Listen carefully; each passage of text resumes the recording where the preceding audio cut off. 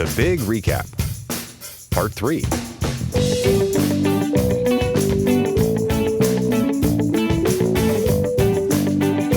Backed by popular demand, it's time to resume a long-forgotten tradition on the show. In this episode, we will be revisiting and recapping some old episodes for a review on how far we've come. You're listening to Music Student 101. Here are your hosts, Jeremy Burns and Matthew Scott Phillips.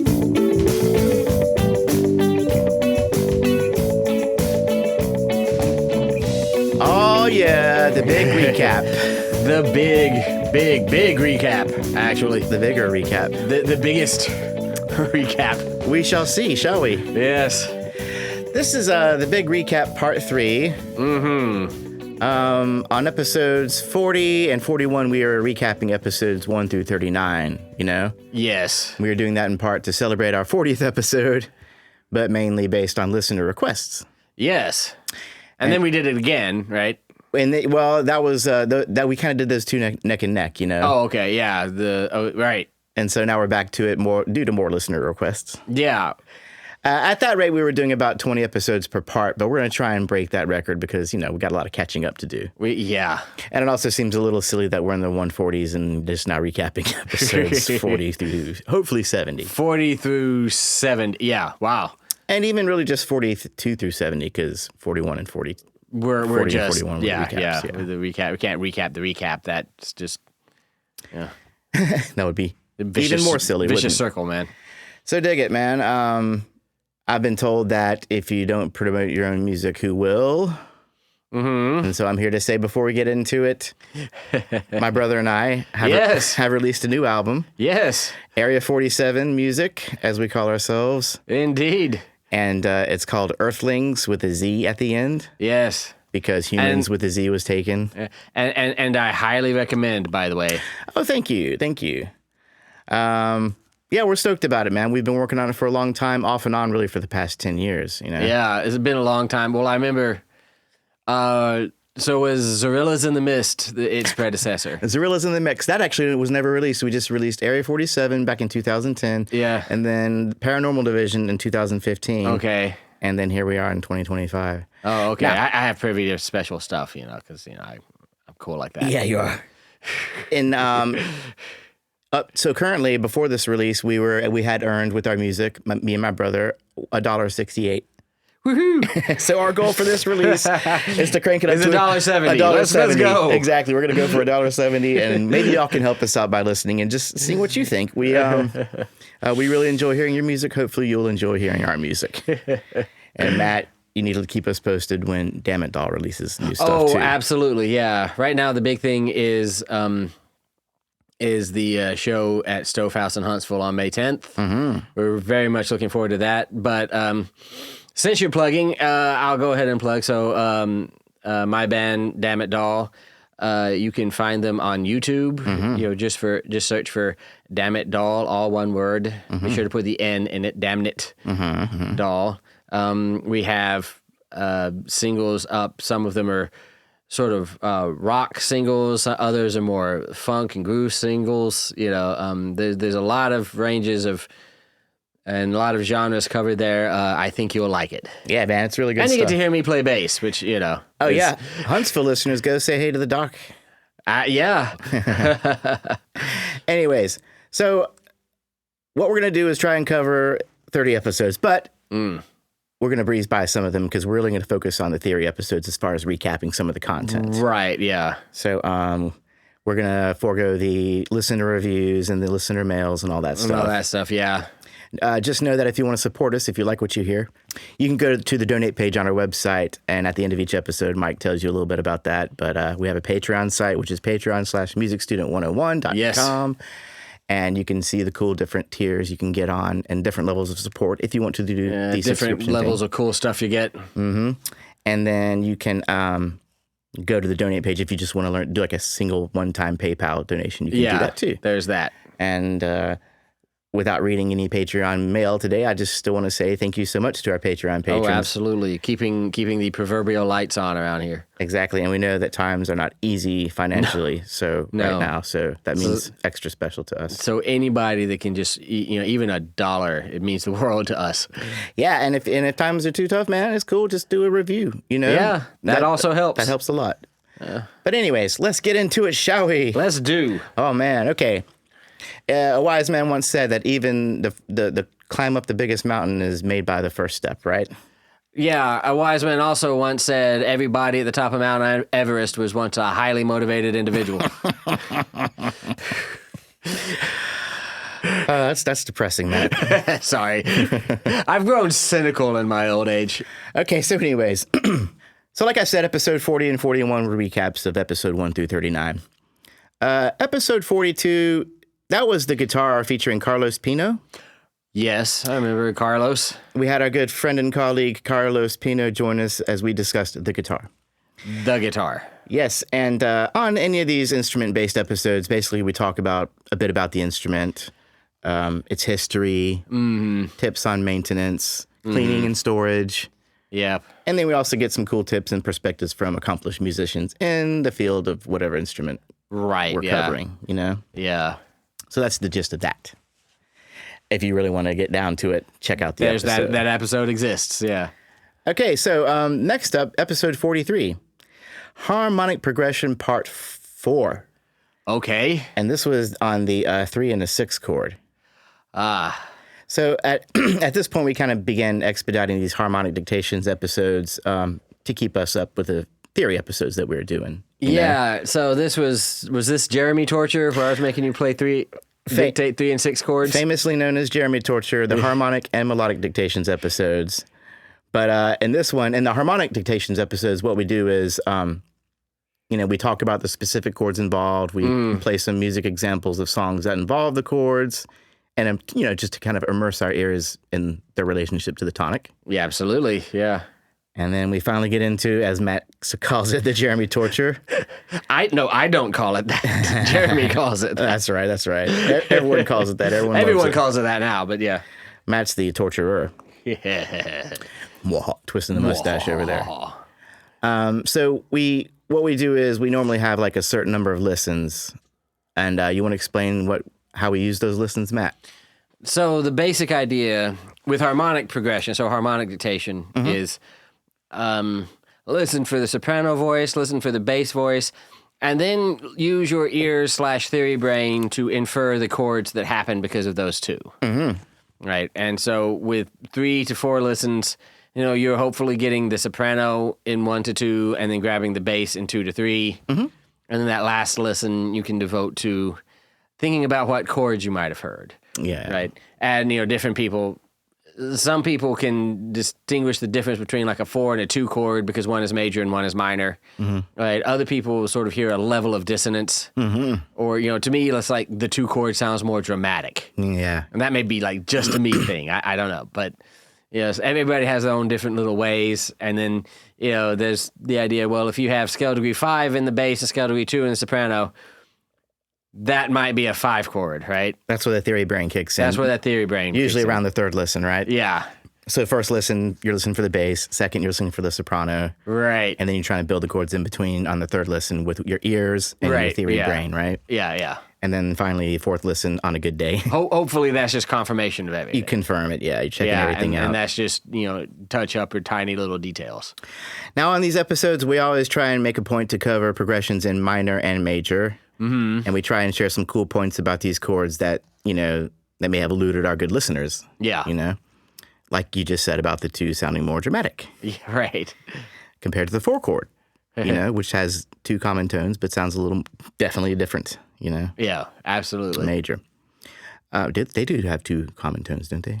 The 2 and the 4? Yeah. Absolutely, 4 and okay. 6. Yeah. Okay, thank you. Someone's been paying attention to these episodes. Look at me. Check out the brains on Jeremy. Okay. Anyways, for more of those kinds of tips, we just recommend the complementary theory episodes, 3 and 6 are the mediants. They share 2 common tones with the tonic and thusly Indeed. often work towards prolonging the tonic. Absolutely. Can be thought of as substitutions for the tonic and are easily traversed to the tonic, which is something we got into at one point. Yeah, and I think on this episode we also talked about how the mediant chord in first inversion can return to the one with a more tonicizing effect compared to a regular mediant, Yeah, because that would put, if you think about 3-chord in first inversion, that's actually scale degree 5 in the bass. Yeah. So yeah, it can jump back down to 1, and you would almost think you were, you almost would think it was 5-1.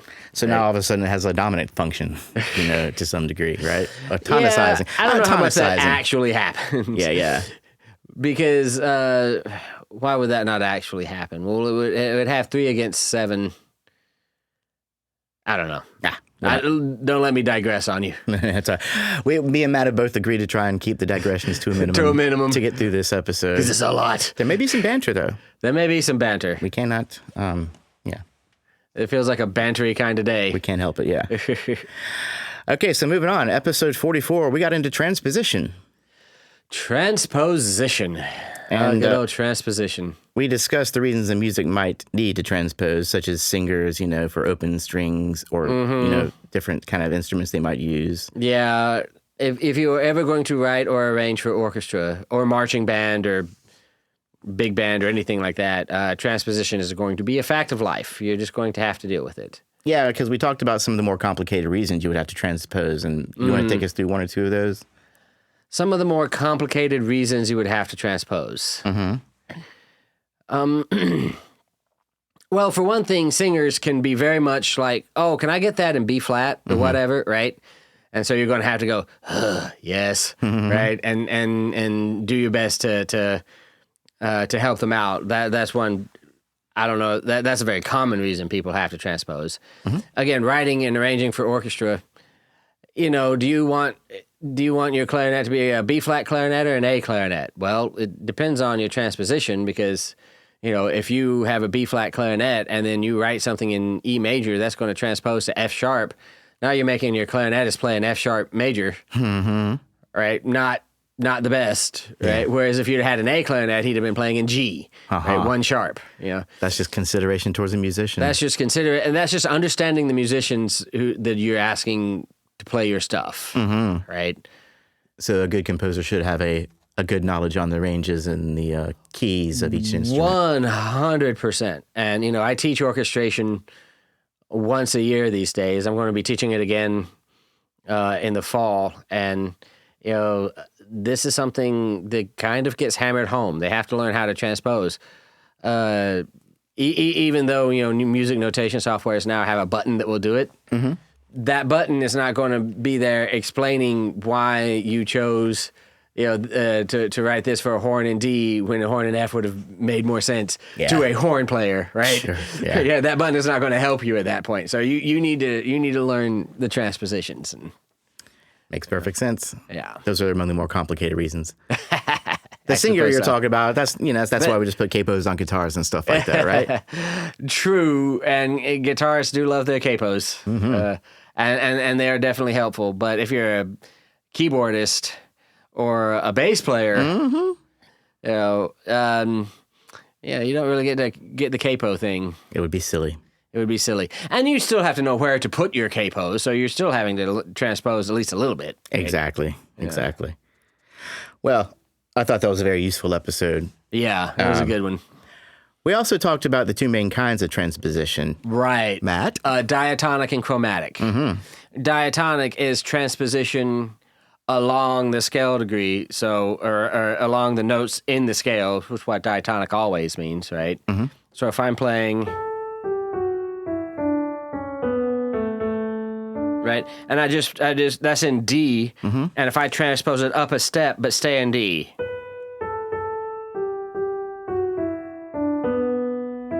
right? That changes the melody, right? Changes the melody around. Yeah, this is something that we think of in Bach fugues and things when the melody would have to be transposed to fit with this counterpoint, but it would still be in the same key, right? Okay, so that's diatonic transposition. That is diatonic transposition. Cool. Versus kind of more what we were talking about earlier, where if I was going to move it up a step, I would move it up to E.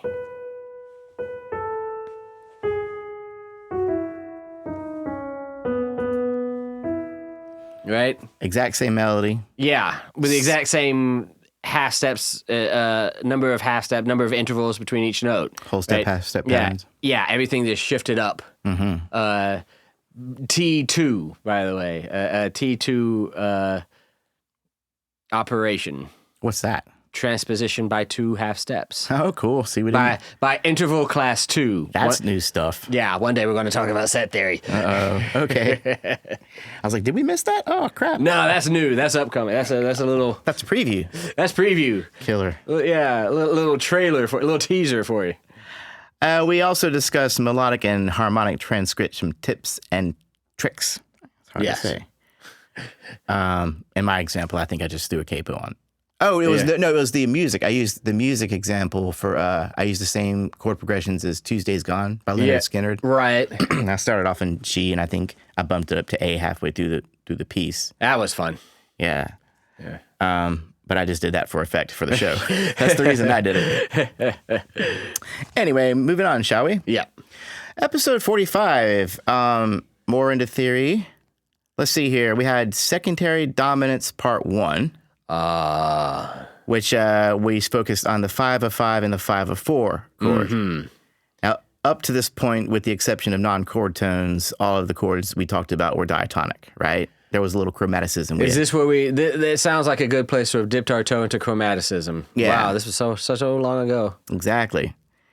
And we discussed the harmonic and melodic minor scales and determined that they were still more or less classified as diatonic. Does that sound about right? Yeah, that is, strictly speaking, those alterations where you raise the 7th or the 6th and the 7th in the case of melodic, strictly speaking, those are technically chromaticisms. Mm-hmm. But they're chromaticisms that are so common and happen so often, at least in classical music, we kind of consider them diatonic. We don't really think of that as chromaticism in the way that we think of what we were about to talk about, secondary dominance, as chromaticism. That's kind of the first chromaticism you learn about is secondary dominance.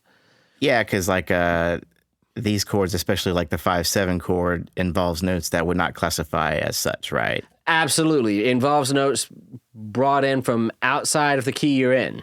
Can we hear a quick example of what a 5 of 5 would do? Sure. So I feel like being in D today. D is a good key. So, is D major the happiest of all keys? Maybe. It depends on who you ask. So I can be in D, and a good old-fashioned diatonic chord progression might be like something like 1 and then 2 6, right? Mm-hmm. My big dramatic 2 chord for you, right? So, love it. Very dramatic. Yeah, and then let's do a cadential 6/4. Let's.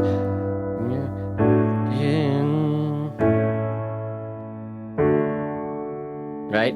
Made all the sense in the world, right? That was nice and pretty. Very pretty. All of those were diatonic notes. So those are all the notes from D major with its 2 sharps, right? My 2/6 was a minor 2/6. Right? Yeah. I'm moving to my 1/6/4 to 5. What a 5 of 5 would do is I might be in D 1, and instead of that pretty E minor chord that I did last time, I'm going to do an E major chord. So I have made this chord major, which makes it's a 5th away from the A major, right? E up to A. So it's like going on a secondary level and creating this 5 of 5, right? This 5 that is going to resolve to 5, right? And then 5 in its turn is going to resolve to 1. Very nice. Right? 5 of 5. So that is 5 of 5. 5, 6 of 5, that particular example, right? Because it was in first inversion. First inversion. Very nice. And it becomes even more clear when I can add a little 7 chord in it. There's that 5 of 5. Yeah. That's 7 of that chord, right? So 5, 6, 5 of 5. 6, 5. To 5. To 1. Nice. Yeah. A little chromaticism for you. Yeah, a little chromaticism there. The first initial chromaticisms you learn about. So it's like taking the 5 chord and whatever would be the 5 of that, making it a 5, changing it from minor or whatever, to a dominant 7 chord, right? So instead of E minor, E, G, B, I've got E dominant 7, E, G sharp, B, D. Yeah. Right? Totally. Yeah. So, and that G sharp, very strong pull up to A, right? Very strong pull up to A that's going to create that motion into the 5. Notice it is the altered version of the chord that is counterclockwise on the circle of fifths. Good point. Good point. So the 5 of 5 is 2, and the 5 of 2 is going to be 6, altered, right? The 5 of 6 is going to be an altered 3, et cetera, et cetera. Which means the 5 of 4 is going to be an altered 1. And we talked about, that was the other one we talked about. Yeah, which is pretty straightforward, right? I mean, which is pretty straightforward. So, if you go 1, 4, 1, 4, how are you, am I supposed to call that 5 of 4, 5 of 4 now? Not necessarily. But when you get into 5, 7 of 4, then we start thinking of that as 5, 7 of 4 and not 1. Because the tensions in the 5/7 chord have a more tonicizing effect. Right, yeah. And we've brought in chromatic notes, right? I mean, we would have had to bring in a C natural to make a 5, 7 of 4 in D major. Right? And that C natural would have had to resolve down to the B of the 4 chord, G. Yeah. So that's the 5 of 5 and 5 of 4. Yes. And we also described the Roman numeral representations, how you would see them if you're analyzing a theory, a passage in theory and all that stuff. Absolutely. We talked about how these chords can also aid very well in modulation. Oh, absolutely, yeah. Pretty much any key you want to go to, you can use the 5 of and get there, right? Yeah, and some people will call that a tonicization.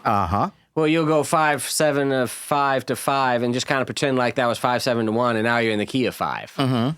Mozart really enjoyed doing that.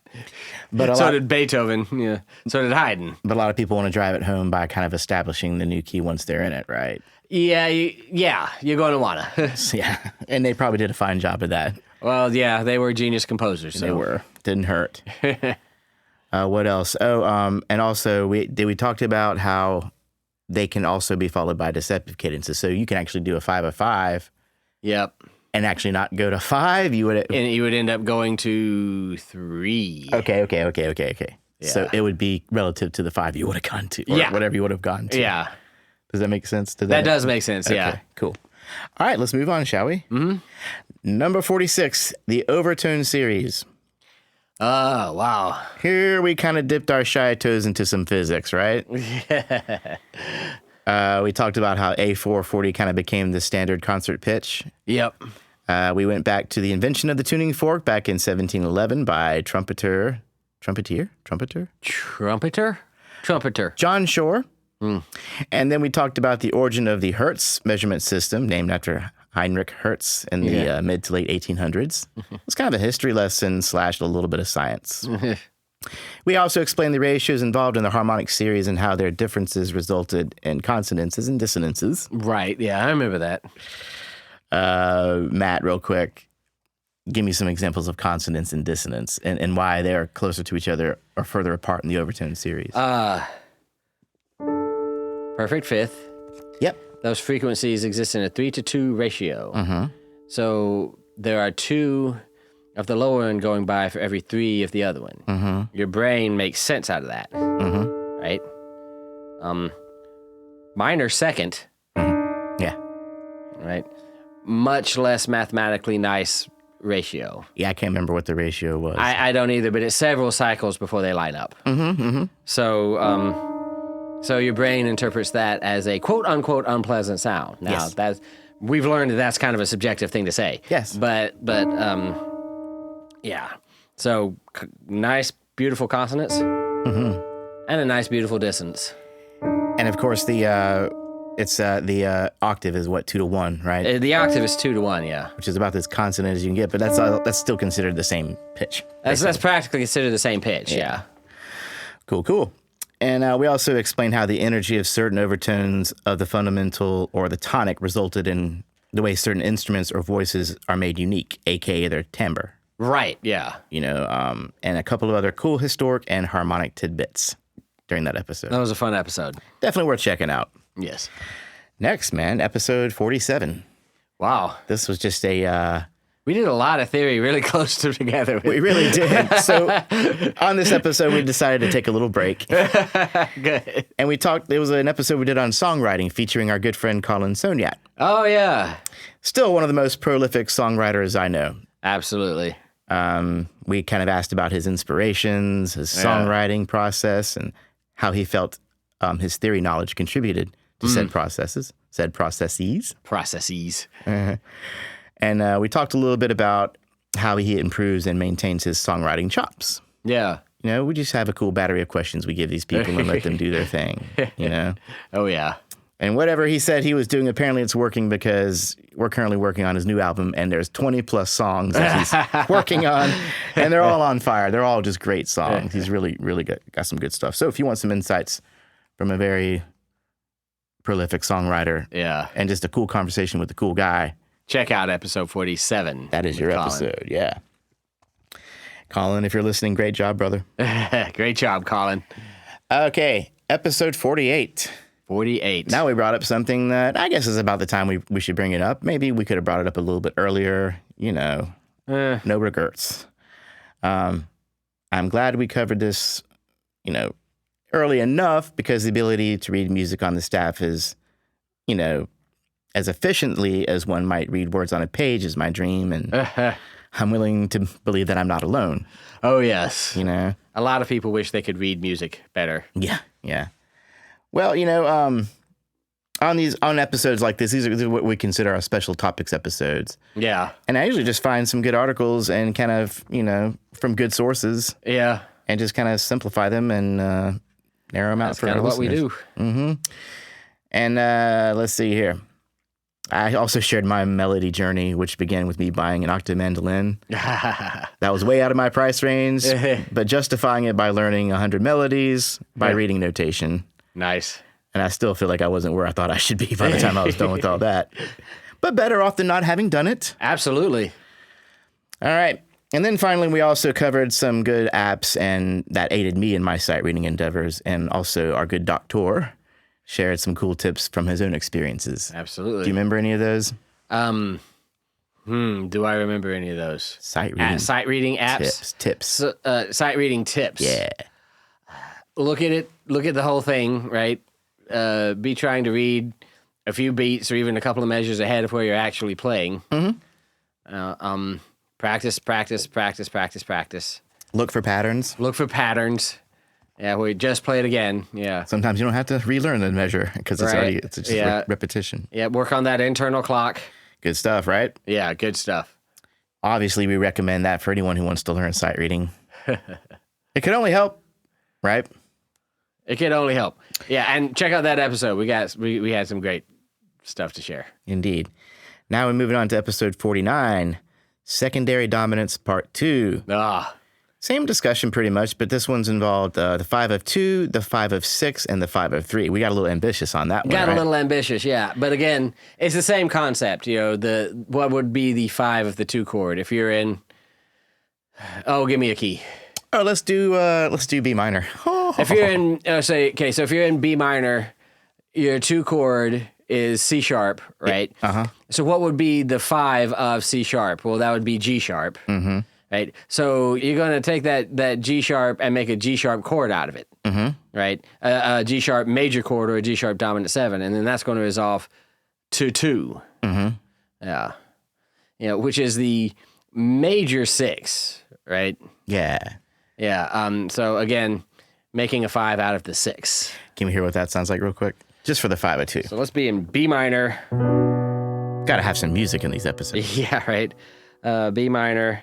So I might go something like, and then and then from there,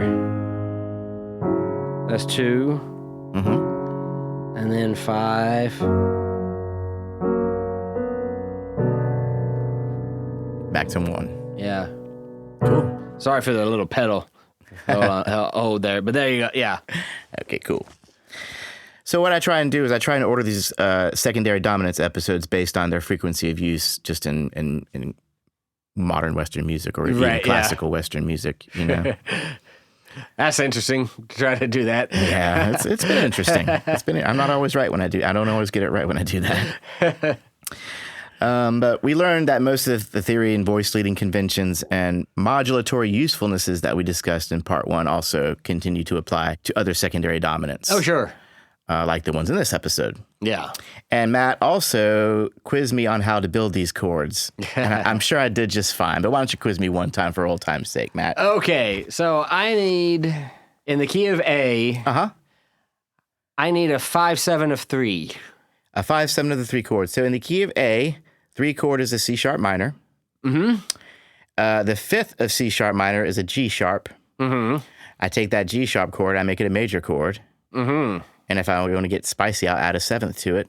Either way, that will be my 5 of So you'd 3. end up with G sharp, B sharp, D sharp, and F sharp, right? I think so.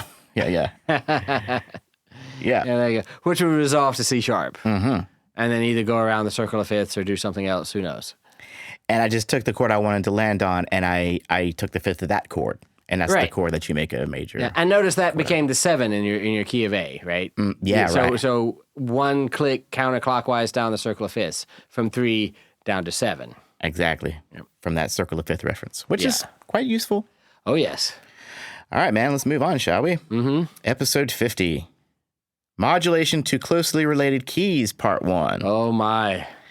Sticking with the theory. We talked about the differences between a modulation and a tonicization, right? Yes. We just did a second ago, but hit me again, Matt.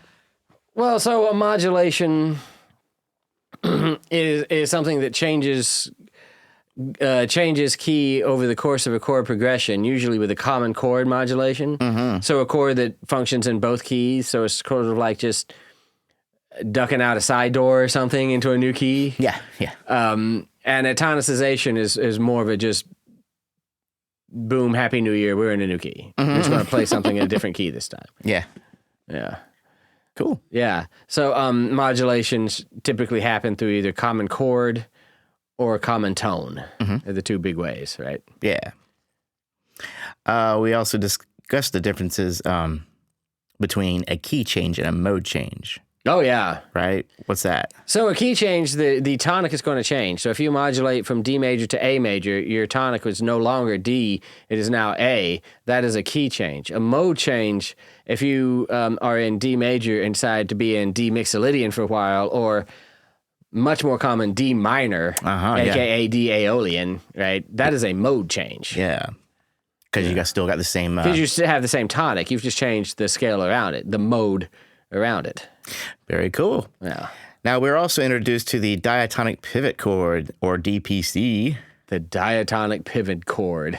Chords diatonic to both keys, huh? Chords, that would be what is also known as a common chord. Okay. Yeah, the diatonic pivot chord. The chord common to both keys. So, all right, let me think about this for a minute. Yeah. I got to make sure I get this right. You can use a relative major or minor. Yeah. Or can you? Too easy. Hold on. Okay, yeah. So if I'm in D major, I'm liking D major today. So if I'm, and and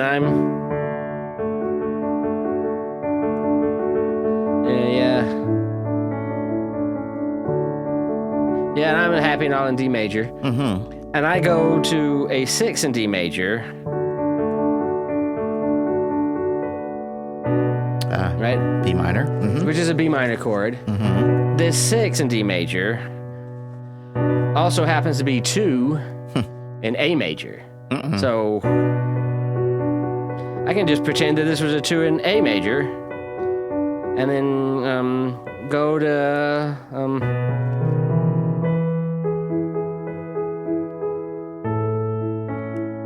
and now I'm in A. Okay. Yeah. So the 6 of D major, the 2 of A major, 6, 2. This is the diatonic pivot chord. I sort of slipped through that side door, right? And just said, well, since I went to 6, and then I'm going to call that 6 2 in the new key, and we end up in the new key. Yeah. Pivot chord. Pivot chord. Yeah. Very cool, man. So we also talked about the most common and more smooth keys to modulate too. Right. And those tend to be the keys that are next to each other on the circle of fifths or only a couple of spaces away. Like it's a whole lot easier to go visit your neighbor, who lives next door to you than it is to, walk all the way to the end of the block. Right? Mm-hmm. Or to drive to another part of town. It is kind of the same thing. So, if you were in, again, D, right, the closest keys would be A, which only adds a sharp, right? 2 sharps to 3 sharps. Or G, which only takes 1 sharp away. Yes. Right? Or only a little bit outside, but still fairly easy, would then be E, which would be adding 2 sharps. Or C, which would be taking the 2 sharps away. Yeah. Right. And those would be and also the relative minors of any of those. Yeah. Would be the closely related keys that we're talking about. Because the relatively minor or the relative major or minor is just the same key. Right? Yeah. Yeah. Modulating from D to B flat, that's a little bit more of a task, right? You're going to have to come up with something creative to do. There's not a whole lot of chords diatonic to both of those. And when I said same key, I think what I should have said was same key signature. Right. Yeah. But so far, so good, right? So far, so good. So we discussed those kind of modulations and tips and tricks on how to execute them properly and effectively. Right, yeah. And then finally, we also nerded out a wee bit on chromatic modulations and modulation and phrase structures such as sequential phrase modulation. Oh, man, yeah. Matt, you remember any of that stuff? Yeah, the sequence. Harmonizing. Wow. Modulating periods. A modulating period, that's 2 phrases that end in a different key by the end of the second phrase. Mm-hmm. And then sequential modulation is the act of a melodic or harmonic sequence that sort of stops somewhere where it's in a new key. Mm-hmm. Yeah. Fun stuff. Very fun stuff. Yeah. And to learn more details on that, just check out that episode. Yeah, absolutely. Episode 50. Yeah, we don't have time to go into it all right now. We're trying not to digress. No. No, we don't have a lot to say about this episode because it was another special topics kind of episode. Episode 51, we had a stage production tech featuring our friend Chris Knudsen. I remember that. That was a fun one to me. Yeah, totally. Another fine discussion with a career musician. Indeed. Which we need to bring those back. We do. We kind of got away from that somehow. Chris was our fellow colleague at UAB and your roommate back in the day. Oh, yeah. We go way back. And he followed his music in the music tech direction and kind of shared some insights from his journey. And, it was really cool. Yeah. It was a cool story. A whole lot to learn about the real world out there from, because you can take not the ivory tower of academia, right? But Oh, yeah. A lot of, in the tech world, honestly, even though I got a music tech degree, most of my experience was after I graduated. Right, yeah. I won't say who I was interning with, but I was basically getting sandwiches the whole time. You know what I mean? I barely touched the mixing board. Anyway, enough of that digression. Enough of that. Episode 52 was 7th chords. 7th chords. Part 2. The Others. I wonder if I was going through my lost phase when I named that. I know. It's quite possible. What year was this? Oh, gosh, I don't know. It was pre-COVID, that's for sure. Pre-COVID, so. And I watched Lost way after the fact. Yeah. But let's see here. This episode ended up being more robust than I recall it being. In episode 32, which we recapped in episode 41, we covered the 7th chords, but we mainly focused on the 5/7 and the 2/7, which are the most common. Right. In this episode, we talked about all the other diatonic 7 chords and where they want to go, such as like the 7/7 in major. Right. Yeah. And in minor, and like the harmonic minor. Yep. And then There's some gray area right there. There's some. Yeah, totally. And then we talked about the 4/7 chord in major. What's up with that? The 4/7 chord in major. It's a thing that happens. It's pretty. But so it's a major 7 chord, right? It's a major 7 chord. Mm-hmm. And so you've got to account for that dissonance somehow. Yeah. So it's kind of a unique chord that I don't really see a whole lot of. Yeah. Although I've been seeing them a lot lately, actually. Yeah. Yeah. Hey, maybe it's time it's had its... Maybe it's time it's had its day. Time has come. I don't like calling things 4/7. I feel like that the 7th of that 7th chord is usually describable as a non-chord tone, an embellishment, like a passing tone or something like that. Yeah. But, that's just me. And we talked about all these in majors and minor, right? And we even took it back to the tonic for the 1/7 in major, which would not to be confused with the 5/4. Yeah, how would you not confuse it with 5/7/4? Because it would be a major 7 instead of a dominant 7. That's how it would happen. Okay, and that's what I'm sticking to. Now that makes sense, but it has the same problem as 4/7 to me. That's a half step, right? I mean, that's a. We were just talking about dissonance. What are you going to do with that? Yeah. I mean, you're going to have to resolve it somehow. And I don't know. And it won't be 1. Well, it sounds kind of jazzy now, but never mind. Continue, please. Yeah, by all means. And then finally, we topped it off with a 3/7 chord, which might be a little more common than some of those. Yeah, other ones. that 3/7, I can. That's easier to get behind. Now, I started to wonder if we should do a harmonic progressions episode on 7th chords, but with 4-part textures. Like you've likely been involving 7th chords in many of those examples we've been doing in the past. Like, probably. Like 4, like 2/7 kind of stuff. Oh yeah, sure, yeah. But we've been mainly using 5/7s and 2/7s, right? So probably mainly, yeah. What if we did an episode on the others where we focus on weirder chords? You know what I mean? That might be interesting. We can get lost in that. Yeah. Also, this episode was all about diatonic 7th chords. You know what I mean? Right. Yeah. What say you? We soon venture into chromatic 7th chords. Oh my gosh. You'll get your Schenker Part 3. This is getting deep. I promise you'll get your Schenker Part 3 at some point. Nah, it's okay. But can that be a thing? Chromatic 7 chords? Yeah, like, okay, maybe you're in C and you do a C sharp 7 chord. You know what I mean? Or it would just do the same thing as F sharp. Food for thought. Yeah, it seems like we've covered that at some point when we did secondary 7 chords. You're probably right. Yeah. 140 or so episodes, it starts to get a little foggy. But we digress. That was episode 52. Episode 53, Form and Analysis Part 2, Small Forms. Oh, yeah, rounded binary. Yes. Simple binary. Simple ternary. Mm-hmm. Yeah. Can you give us a 1-minute rundown of the binary form? So the binary form has 2 things. Mm-hmm. It has a thing that we tend to call A that is often repeated. Mm-hmm. And then it has a second thing that completes A in some noticeable way. Mm-hmm. And if it's just an A and a B, we call that simple binary. It's just 2 things, right? Sometimes the melody from A comes back to round off B. Mm-hmm. And it's still just 2 things because in that case, A had a sort of cadence that ended it, and then BA had a cadence that ended. There was no cadence to end the actual B part before A came back around. Mm-hmm. So when that happens, we call that rounded binary. It was rounded off, right? Circled back. Okay. Right. If there was a cadence in the B section, then you had A with a cadence, B with a cadence, A with a cadence. That we call ternary. That we call 3 things. Aha. And we got into that too. I'm sure we got into that a lot. And then there was also, you mentioned compound ternary. Right, where the A section is itself a small rounded binary or simple binary or something form. And the B section is, again, itself a small rounded binary or something, and then the A repeats its own run. So there are small forms within those larger forms, and that makes it compound ternary. Okay, and I jumped ahead a little to ternary. What is what does it mean if it's a sectional? If a binary form is sectional? Sectional binary means that the A part ends in a perfect authentic cadence in the home key, the key that it started in. Mm-hmm.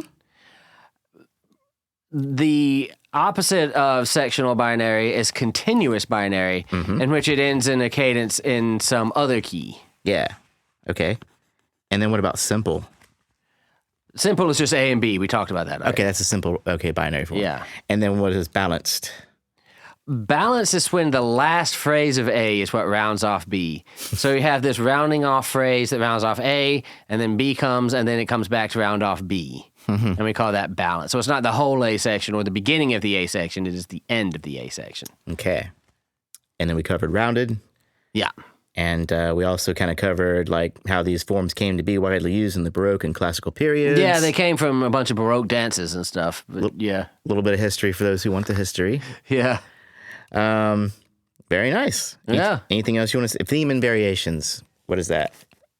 It is a single theme, and that theme is usually a rounded continuous binary or a rounded sectional binary. Mm-hmm. And then that theme gets repeated over and over and over again with many variations, that are fun and interesting. Variations like virtuosic kind of stuff, adding a bunch of 16th notes and things. Grace notes and... Grace notes, yeah. Changing rhythms. Sometimes changing key, sometimes, the minor mode version. There seems like there's always an obligatory minor mode variation in any theme and variation. Yeah. Yeah. And that is form and analysis part 2. Yeah. Small forms. And we get into it way heady more. Times, man. We do music, we do examples, Yep. Mm-hmm. So it's worth giving a listen to if you want more details on all that stuff. Right. Episode 54, Chord Charts Part 1. Now this was a fun episode. Yeah, because we talked about different styles of chord charts that you might see out in the wild, right? Yeah, we decided to use the traditional folk song Angel Band as an example and described how it would be read as a lead sheet, which is basically a melody on the treble clef plus chords overhead and lyrics beneath. Mm-hmm. Then we talked about it in the form of a chord chart. Yes. With like bars and time signatures, but no staff necessarily. Right. And the chords are either spaced in a way that makes metric sense or with slashes that represents beats. Right. In the chord charts. And on the website, you get to see my pencil-drawn, chicken-scratch representations of said charts. I always use the website for visual representations. We try and be good about that. MusicStudent101.com. We're bad about talking about the website. Yeah, MusicStudent101.com. There's actually very helpful stuff there that Jeremy puts a lot of work into. And I gotta say, so go check out. He worked hard on that website, folks. Go check it out. I gotta say, I was very pleased with my color coordinations on that chart, my color coding system in that chart on that page. And then we kind of two-stepped it on out with the Nashville number system. Right, yeah, which is its own kind of special thing. Using Western Arabic numbers instead of letters or Roman numeral numbers. Right, yeah. Right? You remember remember how that went down? It was kind of like we would just say 1 Roman numeral 4 or 5. They just say the numbers 1, 4, and 5. Yeah, basically. And let's see here. We also talked about some of these different... There's 7 kind of main symbols that accompany them, these chords, or these numbers. Most involve dynamics and metric variations. Yeah. But you also have the dash for minor and the triangle representing major 7 chords. Yeah. Very interesting and, kind of my own introduction into the system. Oh, yeah. It'd be cool to dig deeper into it. Yeah, I was never really familiar with it. So yeah, I was interested to learn. I had my own problems with it that I thought that the chord charts I knew would do the job just fine. You know what I mean? Yeah. But I guess it's a standard thing that they do in Nashville. I don't know. I assume so. I don't know. A lot of studio musicians in Nashville, a lot of chord chart reading. Yeah. So I wouldn't be surprised that they found a more efficient way to do it that works for them. Yeah, yeah. But also a lot of this music is, simple chord progressions. Yeah. Diatonic stuff. Right, yeah, and that helps. All right. I agree. Moving on, shall we? Yes. We're doing okay. We're doing good here. Episode 55, secondary leading tone chords. This would be where we talked about what you would have called chromatic 7th chords. Uh-huh, yeah. So this would be the 7 of 2 or the 7 of 5, et cetera, which it is a similar concept to the 5 of 5 or the 5 of 2. Mm-hmm. It's just instead of making the 5 chord, you make the 7 chord, which will also resolve to that chord, right? Mm-hmm. Secondary 7 leading tone. Secondary 7 leading tone. So, if I'm in, I don't know, give me a key. Let's do G major. Let's do G major. And if I want a 7 of 4 in G major, that is going to be B, D, F natural.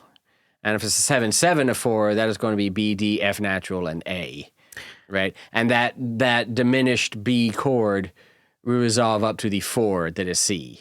Right? Ooh, can we hear that in motion? Whoa. You nuts? Okay, yes.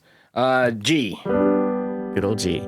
And 7 of 4. Okay, hold on. I just need to get that. Okay, 7 of 4.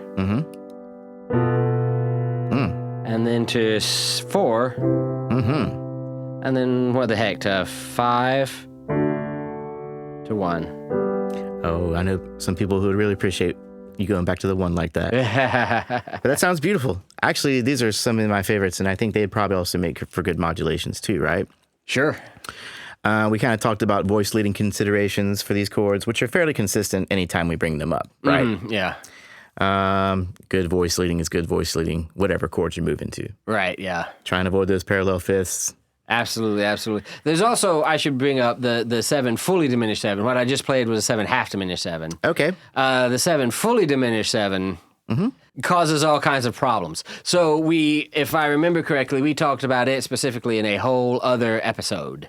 Yeah, but I think we did cover some of this, what you're about to bring up. Because there are at least 4 chords to which you can resolve a 7 fully diminished 7. Mm-hmm. Because it is a symmetrical set, which so any of those notes could typically be the root. Mm-hmm. So that's, unless you think I didn't know it, forgot to mention or something, that, yeah, we're dealing with the 7 of 7, the fully diminished 7 of 7. We're dealing with that later. Yeah. Because that's a whole other thing. But we did talk about how it's a symmetrical chord. It is a symmetrical chord, yep. And that they're all the note members are spaced evenly. Yeah, is this where we dealt with that? Yeah, actually, I believe we did. Okay, scratch that. You may well just get into it like in 2 minutes. Yeah. So like the 2-minute rundown. The notes of a 7 fully diminished 7 chord are all a minor third apart. Yeah. So like, for example, if I went from B to D minor third, D to F minor third, and then F to A flat minor third. This is a fully diminished 7 chord. But then A flat back up to B,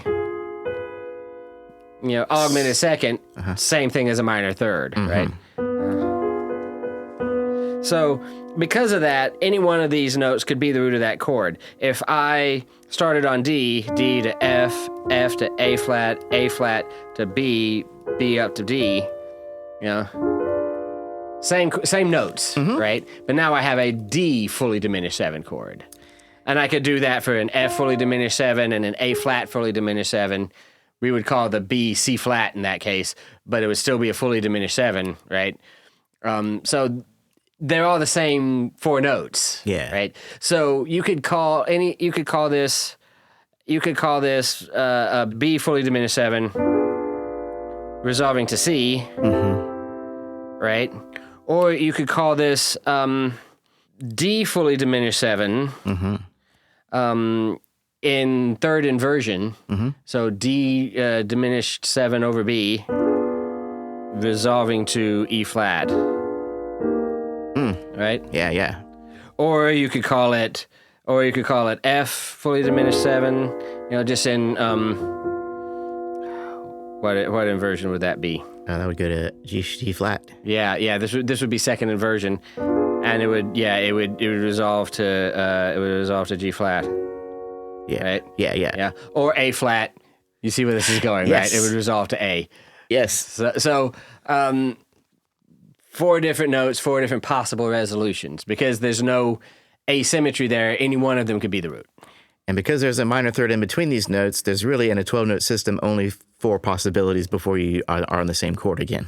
Right, yeah. Think about the clock face. Or 3 possibilities, right? Yeah, right, yeah. 3 possibilities, and then you're on that chord again. Think about the clock face with notes at the 12 o'clock, 3 o'clock, 6 o'clock, and 9 o'clock position, right? And then you can move all of those clockwise a space and get a new chord, and then move them all clockwise again and get a new chord. The next time you move them all clockwise, you're back on that chord again. Yeah. Right? So good stuff. That kind of stuff really blew my mind the first time I heard it, and I hope it blew y'all's minds. And if not, go back and listen again. Me too. It kind of blew my mind a little bit. Yeah. And also, these 3 fully diminished chords are great for modulations because they can take you to any key in the chromatic scale. Is that a bold statement? I mean, come on. Yeah, you got 4 notes you can modulate to right there, right? Yeah. 4 different keys. And then, you don't have to modulate, you don't have to consider those 4 chords they're resolving to the tonic of the key you're going to necessarily. You can reinterpret a 7/7 of 4 as a 7/6/5 of 2. Who knows what key you're in, right? Yeah. You can. It's kind of like the gateway, the portal Yeah. The mystery portal. Yeah. Now you're getting into some like serious Liszt and Chopin, Rachmaninoff type stuff, and the whole system's about to break down. I look forward to that because some of that music sounded really cool. Oh yeah. Anyways, that was the secondary leading tone chords. Fun stuff. Great for use for just getting anywhere you need to. Oh yeah. And cool stuff to think about. Yep. Now, episode 56 was harmonic progression part 5, which was 5 of 5 and 5 of 2. So we did the theory on those. Yeah, now we go into Torture Jeremy. Yeah, another fine Jeremy torture episode. Getting into, I guess that's where we broke into secondary dominance in the ear training department. Yeah. Which is all these episodes, harmonic progressions episodes are. Yeah. And we more or less explained the process moments ago. Yep. So we can move on to the next episode, shall we? Yeah. This was instrument care. Episode 57 was instrument care part 2, strings. And while we delve a little on maintenance and cleaning and so on during our instruments episodes, such as the one we discussed with the guitar with Carlos moments ago, we really do a deep dive into it on these episodes. Yeah. We decided to start with strings because they're probably the most commonly owned instruments. Yeah. Especially guitars, basses, and basses, banjos, mandolins, pianos. Even though technically pianos are percussion instruments, I'm holding my air quotes. It reminds me of a quote about fruit and fruit salad. Oh, yeah. Yeah. What was it? I think it was something like, an educated man knows that a tomato is a fruit. Mm-hmm. A wise man knows not to put a tomato in his fruit salad. Hey, all right.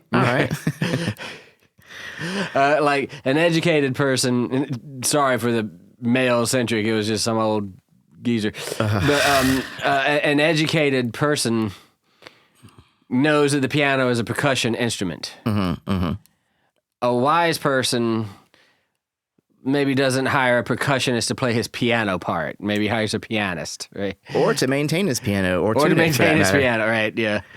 Very different things. We talked about like the ideal temperatures and humidity levels for these instruments, which are really averaging between 60 and 80 degrees Fahrenheit and about 40 to 50% humidity, respectively.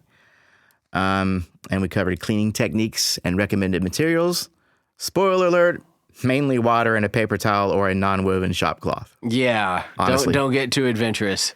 Sometimes people use like those texture things that they make your skin crawl when you touch them. What are those? Microfiber. Yeah, microfiber. So things like that can pick up little particles and scratch up your instruments if you're not careful. Absolutely. So if you use one of those, make sure it's clean and kept well. Yeah.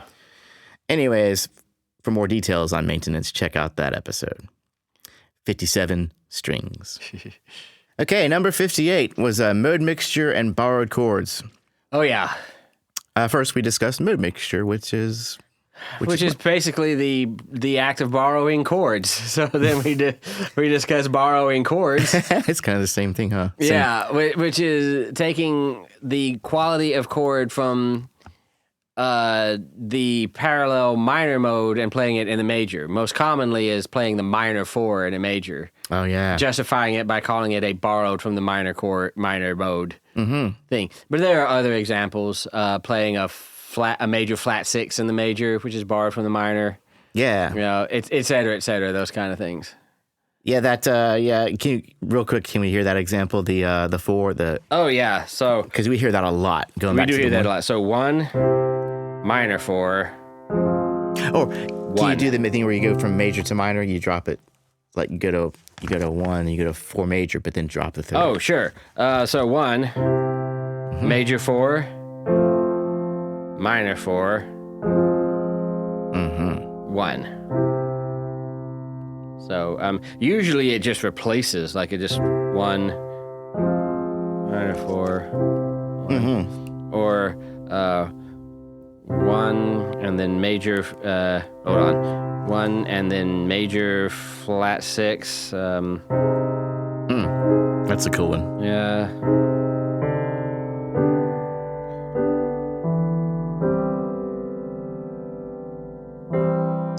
Yeah, cool. All right, sorry. No worries. And moving on.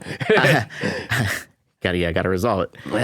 I'm glad you brought up the flat 6 because borrowing the flat 6 from minor while in major can result in 4 different borrowed chords, potentially. That's the 2 diminished, fully diminished. Right. You're talking about the scale degree, yeah. Yes, the scale degree flat 6 from minor Flat 6 scale degree, yeah. while in a major key. Yeah, it can create flat 6 or it can create 2 diminished. 2 half diminished 7. Yeah, Minor 4 or a 7 fully diminished 7. Yeah. When in minor, we often use the sharp 7 for that 5 chord. Right. But technically a form of mode mixture, I suppose. But again, so common, we don't really worry about calling it that. Yeah, it's almost like that whole harmonic minor thing. We just kind of let it pass by. Yeah. Unnoticed. Yeah.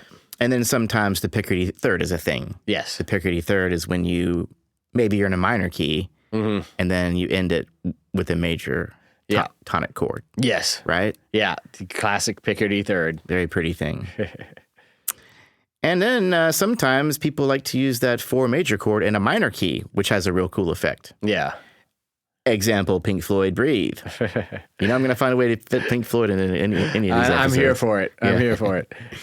And then finally, we wrapped it up by discussing modulations and mode mixture and how they can help fast track you to distantly related keys. Absolutely. Yep. Which is a beautiful thing. All right, now, moving on, shall we? Indeed. Episode 59, Composition 101. Oh my God, we really did that? Yeah. Yep. I'm sorry. Yes, we did. Apparently we did. This is one that we kind of consider to be one of our special topics episodes. Yeah. We kind of leaned on our good doctor for some tips for composition. And some of these included, but we're not limited to. Do you remember what they were, Matt? No, I don't. Surprise me. 1, think about what you're trying to say. Oh, yeah. Well, yeah, that sounds like me. 2, know and take advantage of your resources or lack thereof. Yeah. Or lack thereof. 3, try and explore the emotions that are more complex than just happy or sad. Absolutely, yeah. What are some examples you've come up with? Nostalgic. Nostalgic, yeah, that's a good one. Melancholy. Melancholy, not quite sad, but just kind of. Yeah. Meditative. Yeah, stuff like that. Not, try to get away from just, this is a happy song, this is a sad song. Think about how you can use the musical tools in your tool belt in different ways to create things that are harder to put a finger on. Yeah. That makes more interesting music. Obviously, yeah.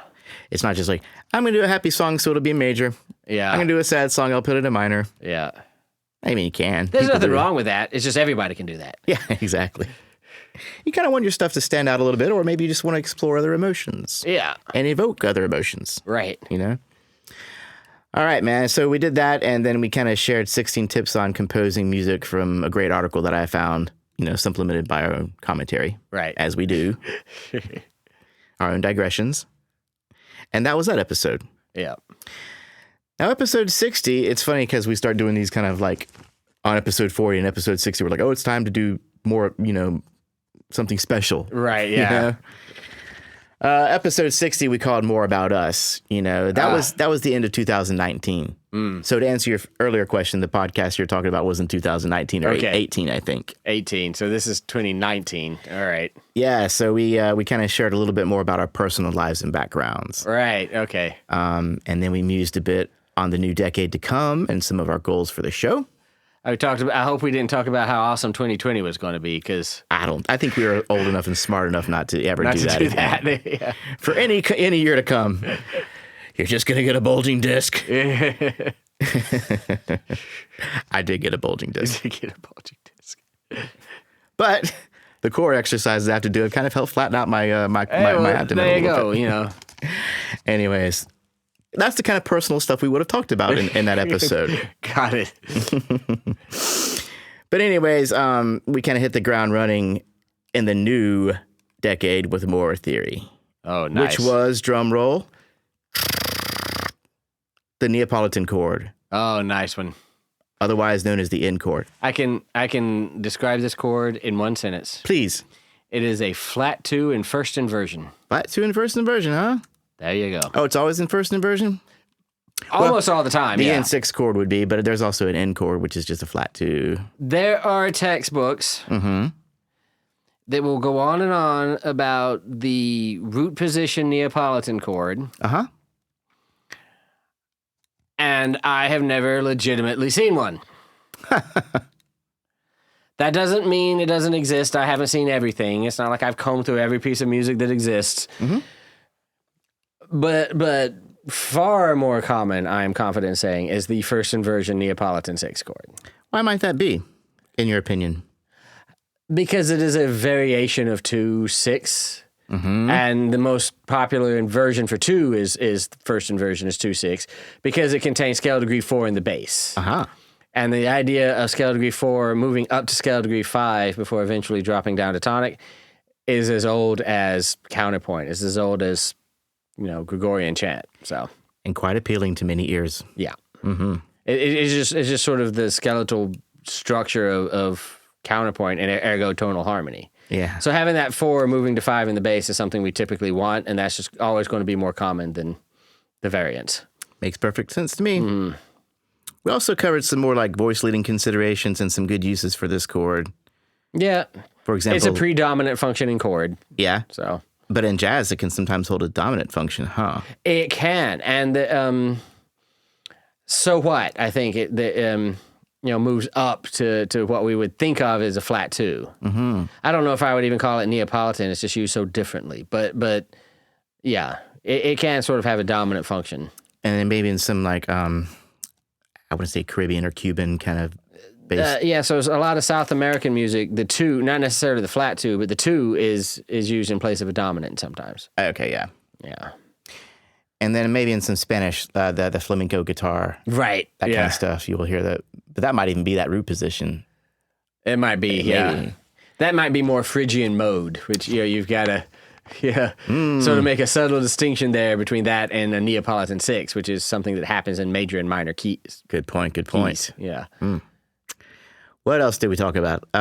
Let's see here. Oh, it's considered a borrowed chord, huh? Yes, considered a chromatic borrowed chord from the Phrygian mode. Okay, from the Phrygian mode. Okay, interesting. Yep. Okay. And we also talked about the modulations that we can achieve by using them. Yeah, you can end up a tritone away. Yeah. Theoretically. Again, I don't know that I've ever actually seen this happen in music, but theoretically, you could end up a tritone away. And that is a very distantly related key, is it not? You can't get more distant. Can't get more distant. And it can also be tonicized via the flat 6 chord in minor through borrowed in major. If you say so. Borrowed in major. Yeah, no, that makes sense. Yeah. Oh, wow. Okay, so then we moved on to another special topics episode, which was episode 62. And that was children and music, which was another fun episode. Yeah. I thought. Yeah.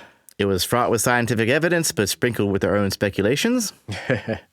In this episode, we discussed the many benefits of music exposure in early childhood, such as language skills and development of spatial reasoning and temporal reasoning, and which is time and space. Right.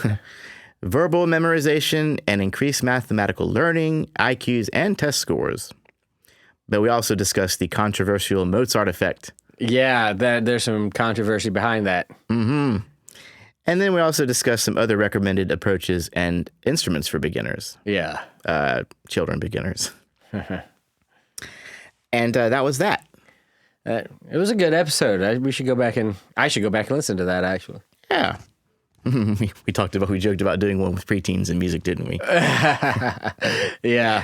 The answer is your music ain't cool. Pretty much. All right, so moving on, we did episode 63, yet another fine harmonic progression episode, which was part 6 of that series. Yeah. Where we covered 5 of 3 and 5 of 6. Nice. More Jeremy Torture, except I happen to really like mediants. Yeah, you mentioned that at the time, I remember. Yeah. That's cool. I like mediants, too. They're just a little kind of, just maybe a little strange, but a little sweet, you know?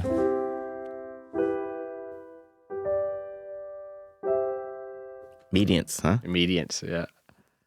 Anyways, yeah, you know the drill on those episodes by now. Oh, yeah. 4 listens.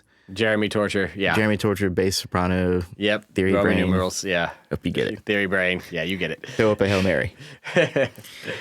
All right, and then episode 64 was the Blues Part 1. Oh, now that I do remember. That was Roots. Yeah. And Here we have another history episode. Yeah. This one was about the blues, and, it's really one of the more prominent forms of American music. The basis of American music, I would argue. So I figured that was a great place to start, right? Oh, yes. In this episode, we went back to the arrival of the African Americans in the States back in 1808. Mm-hmm. We discussed the rise of minstrels back in 1843, such as the Virginia minstrels, and how that was kind of odd and frankly racist and insulting. However, eventually black artists began to show up in these acts and ultimately were able to take this art form in their own direction. Yes. And then moving away from the face makeup. Yeah. And moving into actual... Yeah, well, it had always been their art form, actually, the music itself. Yeah. Yeah, right, because like the Virginia minstrels were... Mimicking. Though appropriating, they were actually trying to bring this music to other people, like sharing music of other cultures. Yeah. Just in a poorly executed fashion, as people did back in those days. Yeah. We also talked about how the blues were founded mainly by women such as Ma Rainey, Mamie Smith, and Bessie Smith. And Bessie Smith. Bessie Smith, and the Big early... old bedbug blues. Yeah, yeah. Or was it Boll Weevil? Oh, there was two different bugs. Those are two both different Bessie blues. Smith, yeah. Bugs bug her. we learned. And that was in the early 1920s. But we also noted other greats like W.C. Handy, the father of the blues, and a little bit about ragtime and cats like Scott Joplin, who made it so popular. Right, yeah. So I think right now we are 3 episodes of the blues in. We did Roots, and then we did like Delta. Yeah. And then we did Piedmont and Texas, that was the most stuff. recent one. Yeah. Great stuff, man. Great yeah. stuff. Moving on. Episode 65. We did Augmented Sixth Chords, Part 1. Woo-hoo. Back to Theory. And these were quite interesting. We try and break up our special topics episodes with a little bit of theory here. Augmented sixth chords have to be the most notorious. Like people will go around saying, well, I don't know what an augmented sixth chord is or anything. Or, It's like, people will say, I wish I knew what it, whenever you're kind of making fun of theory, you seem to bring up the augmented sixth chord. I don't know why. But they're not that hard, Oh, well, I mean, I think it's probably because there's 3 different kinds and they're just kind of weird, And labeled by nationality, which... Exactly. Yeah, which makes them sound more complicated than they are. Well, this tense chord can be used as a predominant chord and can also add motion and color to your chord progressions. Oh, yes. Well, we'll just get into the 3 main types if you don't mind, Matt. Italian, which contains the scale degrees of a flat 6, a sharp 4, and scale degree 1, the tonic. The French, which has all of those 3 scale degrees, flat 6, sharp 4, and 1, plus scale degree 2. And then the German, which has those original 3, flat 6, sharp 4, scale degree 1, and then scale degree flat 3. Yeah. So there's 3 main types. They all contain scale degrees 1, sharp 4, and flat 6. Correct. French, you add the major second to it. Yes. And the German, you add the flat 3 to it. The flat 3, yes. Not to the major second. No. And rather than adding the major second, you add the flat 3. Exactly. And as we do, we talked about voice leading considerations, of course. No, indeed. The flat 6 pushes down to 5. The sharp 4 pushes up to 5. We briefly touched on how the French and German augmented 6 chords don't require doubling as they all have 4 chord members. Correct. So I thought that was a cool episode. I think I wish I used them more because I like them whenever I use them, and I like to hear them. And now I know when I hear an augmented chord in a song, but I don't know if I could tell you if I heard. Yeah. They take a little thinking to create, right? You're not just going to be improvising and end up on an augmented 6 chord. You kind of have to create them sort of. There's some intentionality behind their use. It seems like because they take some thinking about scale degrees and stuff to create. I think I've heard them referred to as tritone substitutions in jazz. Oh, yeah, interesting. Somebody back me up on that. I don't know all the jazz theory terms necessarily or the when lingo. you get this deep, but. The lingo, the jazz lingo. lingo. The lingo. Yeah, well, jazz theory is a little bit of its own thing, and I can go pretty deep, but sometimes, So somebody back me up on that. Tritone replacement sounds pretty deep, just like German augmented chord. It sounds pretty deep to me. But learn more about them on episode 65. Indeed. Now, moving on to episode 66, we did Instrument Care Part 2, Your Voice. Oh, wow. Yes, your voice is an instrument, Oh, yes. and there are better ways to take care of it. And some little things we got into, starting your day with quiet humming and cooing, tongue and lip trills, and even breathing, warming up with scales and arpeggios, and trying to avoid tension in your neck and shoulders. Yeah. And probably there's dietary and stay hydrated, Right. things like yeah. that, Yeah. And then finally, we shared 10 tips for a healthy voice based on an article from livescience.com. Yeah. Or livescience.com. Whichever. Whatever they say. Great episode. Another fine instrument care episode. Yes. Okay, we're closing in, man. You sticking with me on this, are you? Oh, Are you yes. still with me? Oh, yeah, You I'm guys, here. You guys still with us? Do you hate us? No, they just fast forwarded to the end of it. They'll fast forward to the recap. Hit the skip button to the next episode. Yeah. Okay, so episode 67, we got into the hexatonic scales. Oh my gosh, did we really? Did it take us that long? Yeah. That's nuts. We actually talked about hexatonic scales. We did, actually. Like, why? I'll tell you why. Because up to this point, we had mainly been discussing heptatonic scales, which are 7-note scales, Right. And I'm sure we mentioned the pentatonic scales at some point in passing, I'm sure we did. However, the hexatonic scales contain 6 notes. Yeah, and that's just nuts. There's many of them. There's more than I thought. And some highlights include... Like the Pythagorean scale? Close. It was the Promethean scale, yeah, right? the Prometheus scale. Okay. That was a weird one. There was a major hexatonic, which is basically major scale nixing scale degree 7. Right, and then minor hexatonic. In which case you nix scale degree Degree 6 from the minor Yeah, scale. That's coming back to me. There was the major blues scale. You remember that one? I do remember the blue scale. Yeah. Major pentatonic plus flat 6. Yeah, I think that's the only kind of chance that it happens to have 6 notes. I don't think of, Good point. the fact that it has 6 notes as being the major characteristic of the blues scale. But that's just me. No, I think I agree. It's just consequential kind of thing. Yeah. But it is hexatonic. It is that. It does have 6 notes. And then there's the minor blues scale, which is minor pentatonic plus flat 5. Flat 5, yeah. And then you mentioned the Prometheus scale. Yeah. For those of you who are curious, Does that alternate second and minor thirds? Or am I being dumb? oh, you're not being dumb. It's a weird scale. It's but it's 1, 2, 3, flat 5, 6, and flat 7 relative to the major scale. There's something that alternates half steps and minor thirds. Somebody write in and tell me what that is. Oh no, that might be either the augmented or whole or tritone scale. Because we talked about those and the whole tone scale. It might be, yeah. But for more details on that, for the blueprints on those chords, we're just going to send you off to that episode. Yeah, please, because It was a great episode. It was fun. it was a good episode. Another fun episode was episode 68, which was film composition featuring Craig Brandwine. One of the most popular episodes we ever did, I think. Yeah. People were very jazzed about that one. Craig Brandwine is a fellow composer, musician, professor, and a professor of our good doctor Indeed. at one of the great colleague of universities mine. that he teaches at.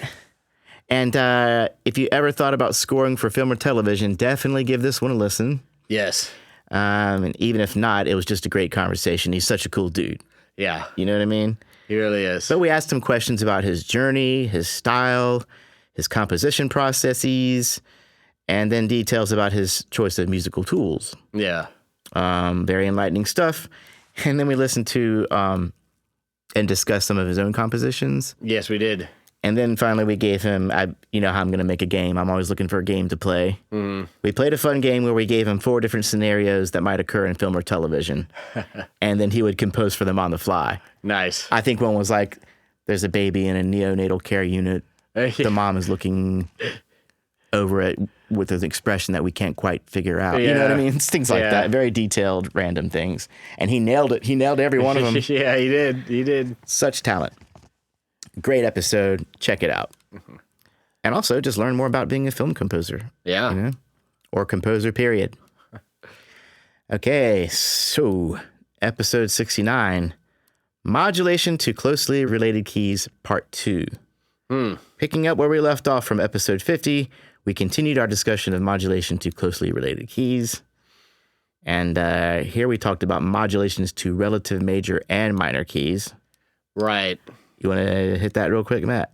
No. I don't remember. So how would you? I don't remember how we distinguished from part one. Mm-hmm.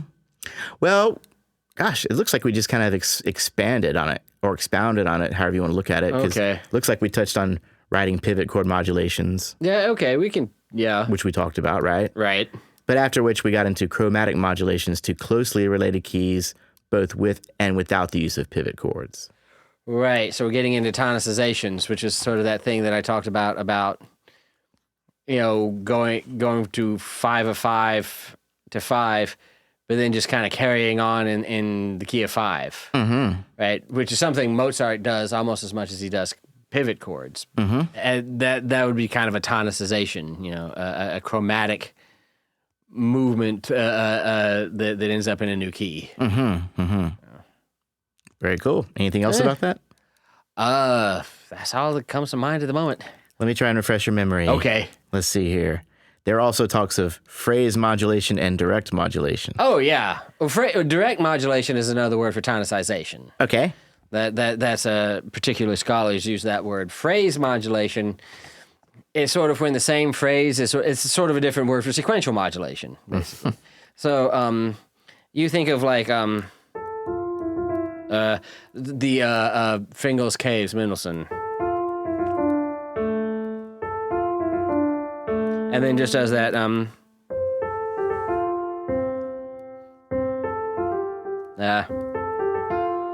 right? It's kind of a phrase modulation, right? From D minor to F major. You know, and in that case, they kept it diatonic in that case, or they... That case, yes. Yeah. Very cool. And then finally, we topped it off with a discussion on modulating periods and harmonizing modulating melodies. So a period is something we probably discussed in form part 1.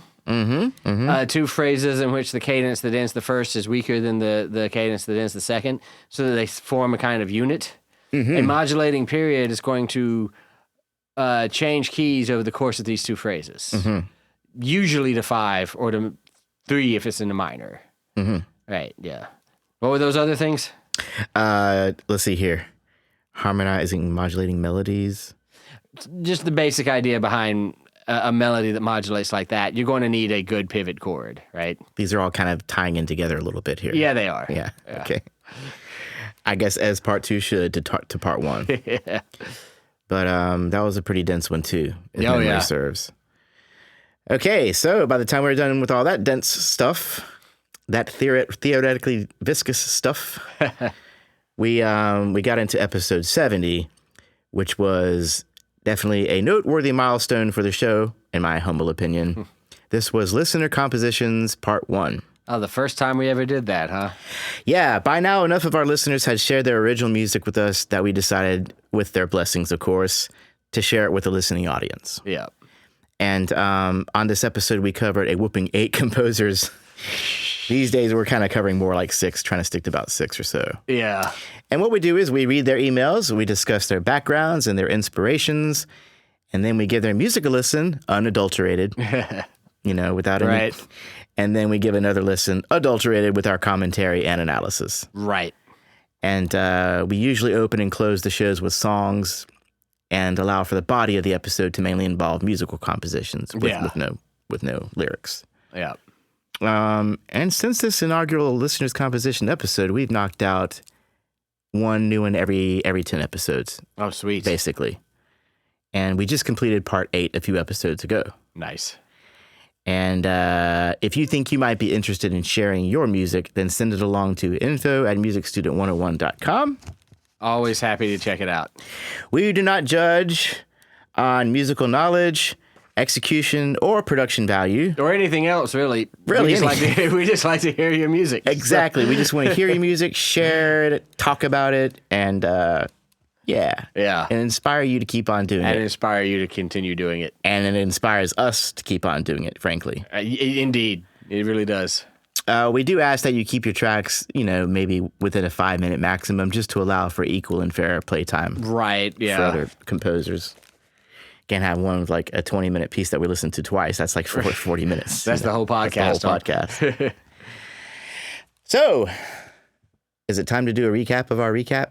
This is becoming an argument of infinite regression, right? Like turtles all the way down. Yeah. Yeah.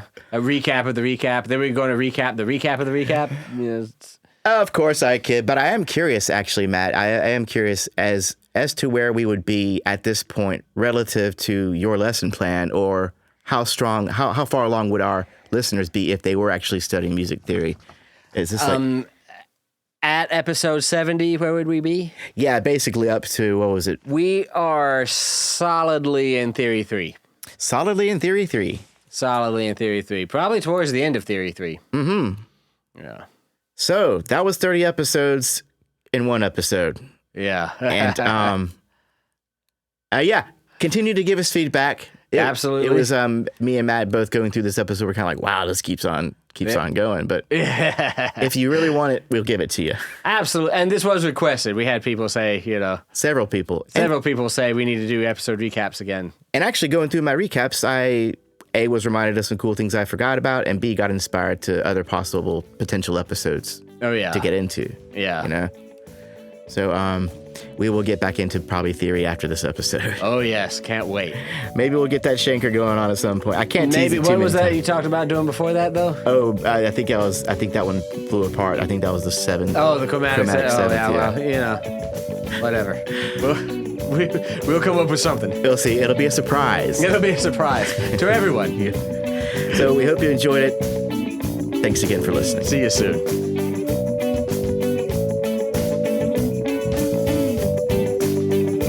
We hope you enjoyed that, and maybe even learned a few things you might have forgotten.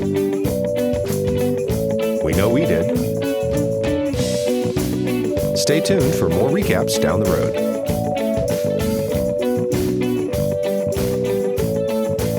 If you wish to support us, click the donate page on our website, musicstudent101.com. You can also check out merchandise on redbubble.com. Don't forget to like and share on social media.